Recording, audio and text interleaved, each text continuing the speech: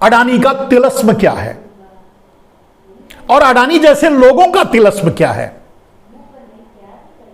कहा तो यह भी जाता है कि अंबानी का हाथ है अडानी के, मैं नहीं जानता, जो कह रहे हैं लोग सोशल मीडिया में जो चल रहा है उसके अनुसार, तो अडानी अंबानी का हाथ अगर अडानी के भांडाफोड़ में होगा तो कल अडानी भी अंबानी का भांडाफोड़ करेंगे, अगर रहे तो, अगर भागे नहीं तो।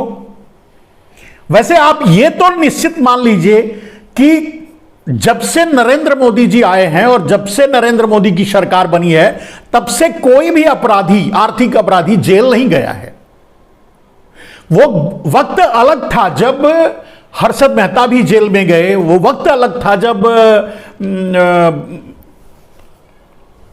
एक और भी हैं उत्तर प्रदेश के सहारा प्रमुख, वो भी जेल में गए, राम राजू अभी भी जेल में हैं। ये कांग्रेस का वक्त था। लेकिन भारतीय जनता पार्टी में ऐसा कुछ भी नहीं होगा। या तो अडानी देश छोड़कर निकल लेंगे और या तो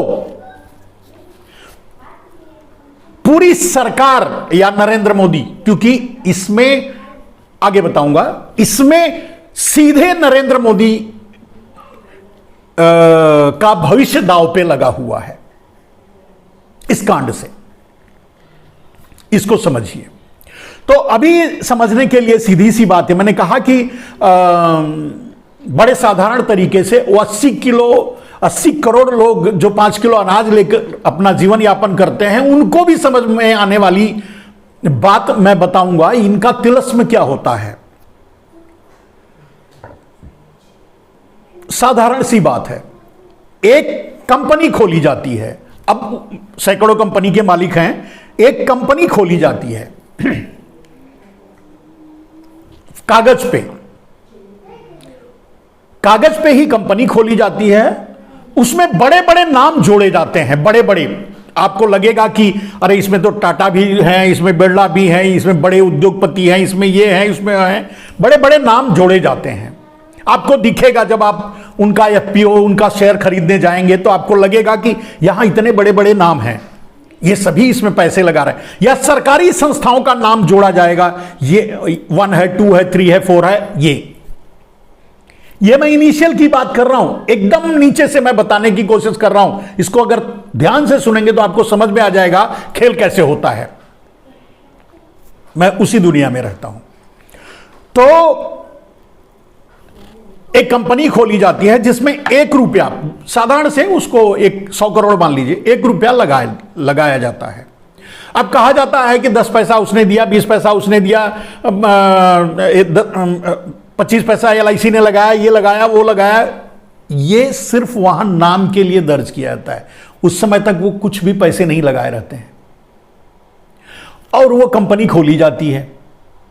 उस कंपनी का शेयर मार्केट में शेयर तैयार किया जाता है और कहा जाता है कि ये सभी लोगों ने पैसा लगाया, जबकि उनसे सिर्फ ये खेल करने के लिए उनसे उनका नाम प्रयोग करने का परमिशन ये बड़े फ्रॉडर माने अडानी जैसे लोग इसको इस्तेमाल करते हैं, उनसे परमिशन ले लेते हैं। अब ध्यान से सुनिएगा। तो अब 1 रुपए की कंपनी खड़ी कर दी गई, चलिए हम उसको 100 कर लेते हैं। 100 रुपए की एक कंपनी खड़ी कर दी गई, ठीक है, उसमें किसी ने पैसा नहीं लगाया। 100 का 100, बस उसमें नाम है कि 10 ये लगाए, 20 ये लगाए, 5 ये लगाए, 15 ये लगाए। कंपनी खड़ी हो गई। कंपनी का कोई वर्चस्व नहीं है, कंपनी का कोई मतलब कोई प्रोडक्शन नहीं है, कोई प्रोडक्शन स्टार्ट नहीं हुआ, ऐसा कुछ भी नहीं है। अब वो कंपनी खड़ी हो गई, कंपनी को शेयर मार्केट में लिस्ट भी कर लिया गया और उसको उस शेयर का क्रय विक्रय भी शुरू हो गया। खेल यहां से शुरू होता है। अब जिसने यानी अडानी ने अगर 100 रुपया लगाया है अडानी ने, तो अब यह अडानी ही मान लीजिए कि 100 शेयर उन्होंने रखा है, जिसमें 51 शेयर अपने लिए रख लिए क्योंकि चेयरमैन ही उनको चाहिए, बाकी 49 शेयर उन्होंने मार्केट में बेचा, ऐसा कहना है। अब उसको कोई खरीदा नहीं खरीदा वो छोड़ दीजिए, पब्लिक उसमें पैसा लगाई नहीं लगाई वो भी भूल जाइए। कभी कभी लगाती है, कभी कभी नहीं लगाती। अब उस शेयर को जब मार्केट में लिस्ट हो गया तो उस शेयर का दाम अडानी खुद उसको खरीदने लगेंगे, और इसके लिए बहुत सी फ्रॉड कंपनियां बनाई जाती हैं, जैसा कि आपने सुना इस मामले में भी। और ब्लूबर्ग क्या बोलते हैं, हिंडनबर्ग ने भी इसको कहा है कि बहुत सी फ्रॉड सेल्स कंपनियां दूसरे टैक्स हेवन के देशों में, 80 देशों, आपको बीच में यह भी बता दूं कि 80 देशों से भारत का करार है, 80-90 देशों से भारत का करार है, डबल टैक्सेशन ट्रीटी। मतलब ना हम अगर हमारे देश का कोई आदमी तुम्हारे देश में व्यापार करेगा तो उसको टैक्स नहीं देना पड़ेगा, तुम्हारे देश का कोई आदमी हमारे देश में व्यापार करेगा तो उसको कोई टैक्स नहीं देना पड़ेगा। लेकिन होता क्या है कि ये टैक्सेशन ट्रीटी ऐसे देशों से है जहां कोई व्यापार ही नहीं है, मॉरिशस वगैरह, ये सब ऐसे देश जहां सिर्फ यही काम होता है। यहां से कोई वहां पैसा नहीं लगाता, ये पैसा वहां के नाम से, क्योंकि वहां जब ये पैसा मॉरिशस से आएगा तो उस पर टैक्स वगैरह नहीं लगेगा, इस नाम से फ्रॉड कंपनियां खोल करके अब उस 100 रुपए के शेयर को, मतलब 100 एक रुपए का एक शेयर को 100 रुपए का एक शेयर कर दिया। अब बिकने लगा मार्केट में तो वो 1 रुपए का शेयर 100 रुपए हो गया, 200, 2000, 3000, 5000। और ये कौन खरीद रहा है? पहले तो वही फ्रॉड कंपनियां जो अडानी जैसे लोग खड़ा कर लेते हैं, सिर्फ ब्लैक मनी, मतलब इनबिल्ट, मतलब लाने के लिए, जो कि इस केस में हुआ है।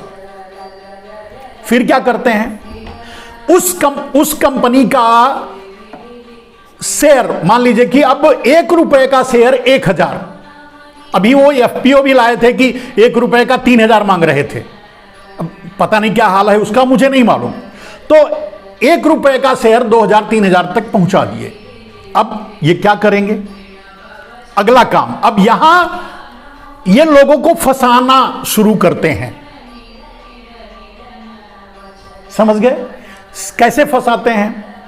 अब शेयर का दाम जब मार्केट में 3000 है, 1 रुपए का शेयर का दाम मार्केट में 3000 है, यहां ये बैंकों को, इंस्टीट्यूशन को फंसाते हैं 2 तरह से।